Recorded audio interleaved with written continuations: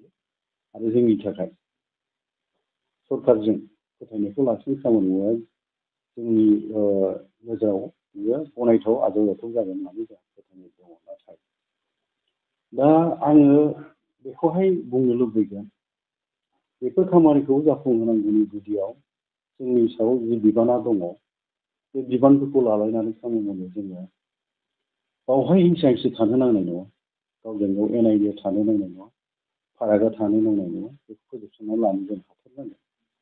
आरो जोङो बर' हारिनि रैखाथि थामोन्थाखौ नागिरनानै जोंनि राव हारिमु थुनलाइनि जौगानायखौ नागिरनानै जोंनि दिनै गोबां दिगाव बिटिआर एकर्डनि जेरै दफाफोर दंमोन 6.3निबो बाथ्रा दङ, हा हुनि बाथ्राफोर दङ, इउरिया एक्सटेनसननि बाथ्रा दङ, जोंनि बर' खसाय अनसाय गावनाय खुंथायनि मावफुंजानायनि बाथ्रा दं। बेफोरखौ नोजोर होयोबा जोङो आलादा आलादा हारसिं जानानै जुजियोबा बियो जाफुंनायखौ गोलाव खालामलांनो हागौ। बे गोलाव जों थांनो गोनां जानो हागौ। मानोना जों लुबैयो सोरबा लुबैया, सोरबा लुबैयो जों लुबैया। बेबायदि जायोबा जेंनाया गमामायैनो नुजामारो। आरो सोरखारा बबेखौ मावनो बबेखौ दोननो, मावना होबा मा जागोन मावना होआबा मा जागोन, बे मोनसे बायलेगावस्राबो गोनो गोथोआवस्राबो गोग्लैनो गोनां जायो। बेफोरखौ गासैखौबो नोजोर होजोबनानै आं बेखौनो माहारि आफादखौ खावलायगोन, समा दा जोंखौ हुसियारि होदों आरो थांनाय समखौबो जों मोनफिनला। बे समावनो सम थानायावनो जोङो खौसे जानानै खामानि मावनांगोन। मानोना सैथो बाथ्राखौ जों बयबो मिथिगौ, समा मोनसे दैथुन बे रावखौ नेनानै थाया। इंराजियाव ओंखायनो बेखौ बुंदों मा last time never will again, बे सैथो बाथ्रा। आरो बुंबावनाय जादों time and tide does not wait for none, बे बाथ्राया बे सैथो बाथ्रा। दा बेफोरखौ जोङो मोनथिलायोबाबो जों खामानि मावनायाव बाहायनो रोङा। जायनि जाहोनाव जोङो जि मोनसे मोजां फिथाइ मोननांगौ बेनिफ्राय जों गोजान जानानै थानो गोनां जायो। जोङो फेलें जानायखौ गनायनानै लानो गोनां जायो। दा ओंखायनो आङो बेखौ नुदों जे जोंनि गेजेराव थाबैनो बर'नि माहारि आफादफ्रा ज' जानानै सावरायनांगौ आरो थांखि लानांगौ। थि समाव थि थांखि लानानै जों ज' जानानै जों खामानि मावनांगोन। आरो नङाबा जोंनि इयुना जों लुबैनाय बायदि जों जेराव गोजोनखौ हास्थायदों, गोजोन खौसेजों रायजो जानो साननाय, बेफोर गासिबो आद्रि जानांगोन नोंनि लामायाव। दा ओंखायनो आंनि खावलायनाय थागोन थाबैनो जोंनि बर'नि माहारि आफादफ्रा ज' जानांगौ आरो बेखौ दुलाराय बर' फरायसा आफाद, खौसेथि बर' सुबुं आफाद आरो दुलाराय बर' आइजो अनसाय आफाद, बर'नि सोमावसारारि आफादफोर, बिग्रायारि आफादफोर आरो माखासे गोबां आफाद दंबावो, बर' थुनलाइ आफाद, गासिबो ज' जानानै रायज्लायनानै थांखि फैनो हानांगोन। बेखौ आं फोथायनाय दङ आरो थाबैनो बेयो मोगथां महर होनानै जों खामानि मावनो हायोबा बेवहाय देरहानायखौ जों मिजिं लानो हागोन। ओंखायनो बिसायख'थिनि सिगां जोङो बे खामानिफोरखौ मोगथां महर होनायनि दा हाबा मावनांगौ। आंहा बे साननाय बा आंनि मोनसे खावलायनो लुबैनाय बे थाबाय गासै बर'नि माहारि आफादा ज' जानानै खामानि मावनांगौ। मानोना जोङो गोरलैयैनो बयबो बुङो, मोनथियो united we stand, divided we fall होननाय बाथ्राफ्रा नंखाय नङा। आरो दा बेखायनो जोङो जेराव इउनाइटेड वी स्टेन्ड होनना मिथिखायो, बेवहाय गावसोरनि बाथ्रा जों माब्लाबाबो साननोबो हाया। हारि दानायनि जि आद्रा थांखि मिजिं सिमां दङ, बड'फानि सिमां, बड'फानि थांखि, बड'फानि नोजोर सानस्रि, बेखौ जोंहा आबुं महर होनांगौआ जोंनिबो बिबान।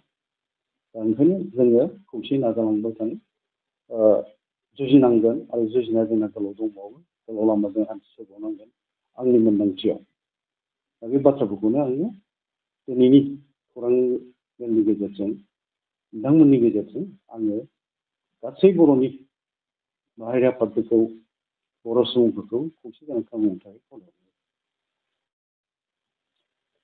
नाथायबा जोङो थांनाय बाथ्राफोरखौ गोसोखांहरफिननानै जोंहा जोंनि गेजेराव हारि दानायनि जि मोनसे बिबान दंलायो जोंहा। बड'फा उपेन्द्र ब्रह्मआ जोंनि सिमांफोरखौ होलांदोंमोन बुहुमाव बर' हारिखौ गोग्गासार गेरेमसा हारि दानो।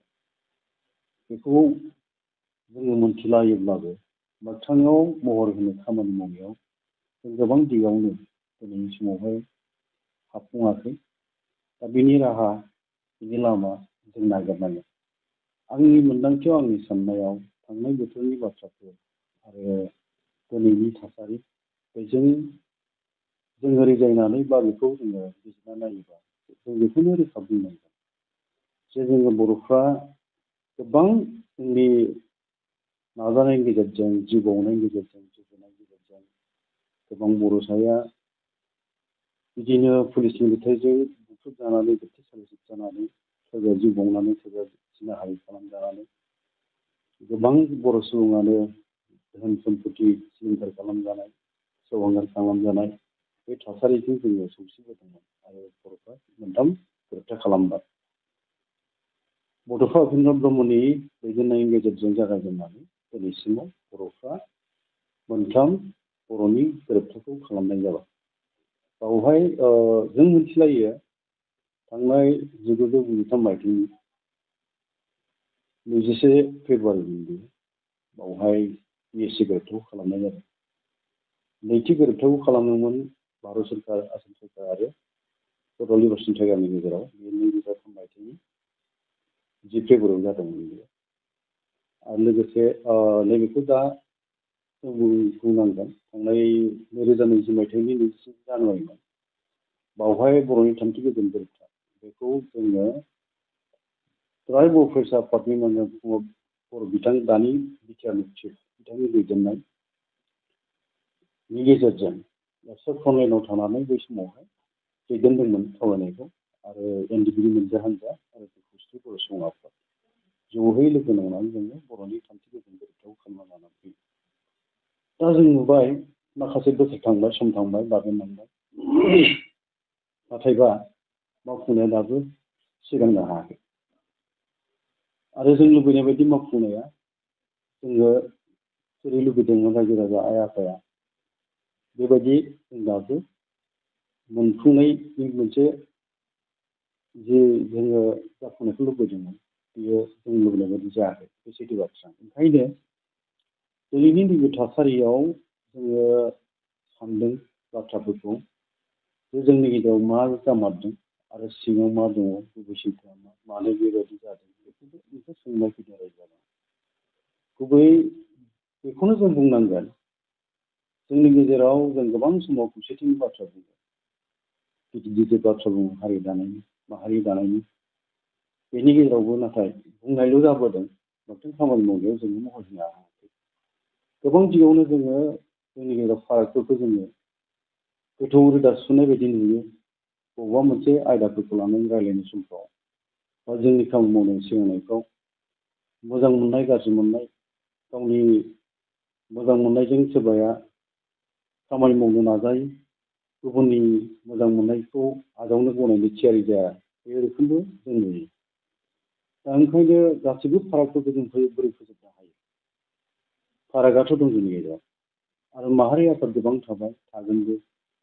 जोंनि राव हारिमु थुनलाइफोरखौ सोलोंथाइनि दिगाव जों दावगानांगौबा जोंनि गेजेराव बर' थुनलाइ आफाद, दुलाराय बर' फरायसा आफाद, खौसेथि बर' सुबुं आफाद, दुलाराय बर' आइजो अनसाय आफाद आरो बर'नि माहारि गौथुमफोर ज' जानानै जोंहा मावाब्ला जेबो राहा दं बायदि आं नुहुरा। ओंखायनो ज'आ बोरै जानो हायो बेनि मेकानिजम बेनि लामाजों दिहुननांगोन। अब्लासो जोङो जोंनि जि मोनसे साननाय बेखौ बिथा खालामनानै मावफुंनाया मोनसे ओंथि गोनां जागोन बायदि नुहुरनाय जायो। आङो नैबेखौ बुंनो लुबैगोन जे बिटिआर गोरोबथानि जि दफाफोर दंमोन जों मोनबोदों आरो बे बिटिआर दफानि गेजेरजोंनो गोरोबथानि दफाफोरनि गेजेराव जोंनि बर' कसारि अट'नमास काउन्सिलनि जि मोनसे दफा दंमोन बे दाफुंजाफैदों। दाफुंजादोंबाबो बेखौबो दाबो सोरखारा आबुङै दाफुंनानै होनायाव गोबाव खालामदों। बे सैथो बाथ्रा। जोङो नाजाबाय थादों, खौसेथि बर' सुबुं आफादा नाजादों, दुलाराय बर' फरायसा आफादा नाजादों, जों नाजानायदों। अब्लाबो जों लुबैनाय बायदि जायाखै।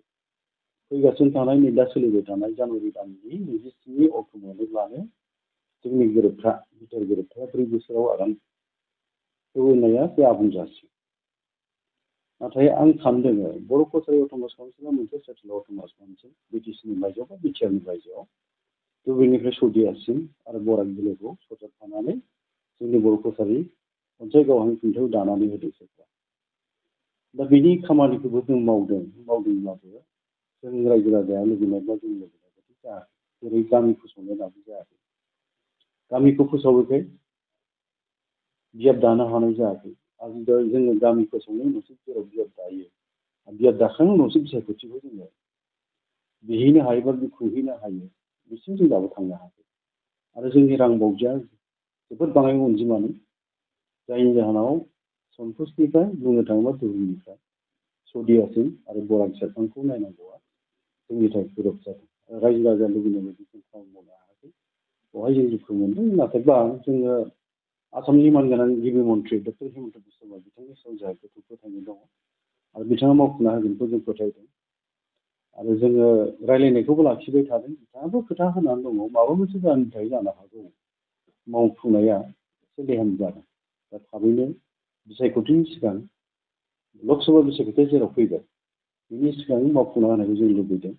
बर' रायजो राजाया लुबैदों, गासै बर' सुबुङा लुबैदों जे बिटिआर एकर्डनि दफाफ्रा लकसभा बिसायख'थिनि आगोल आगोल मावफुंनानै होयोबा बे खोब मोजां जायो, मोजां जायो।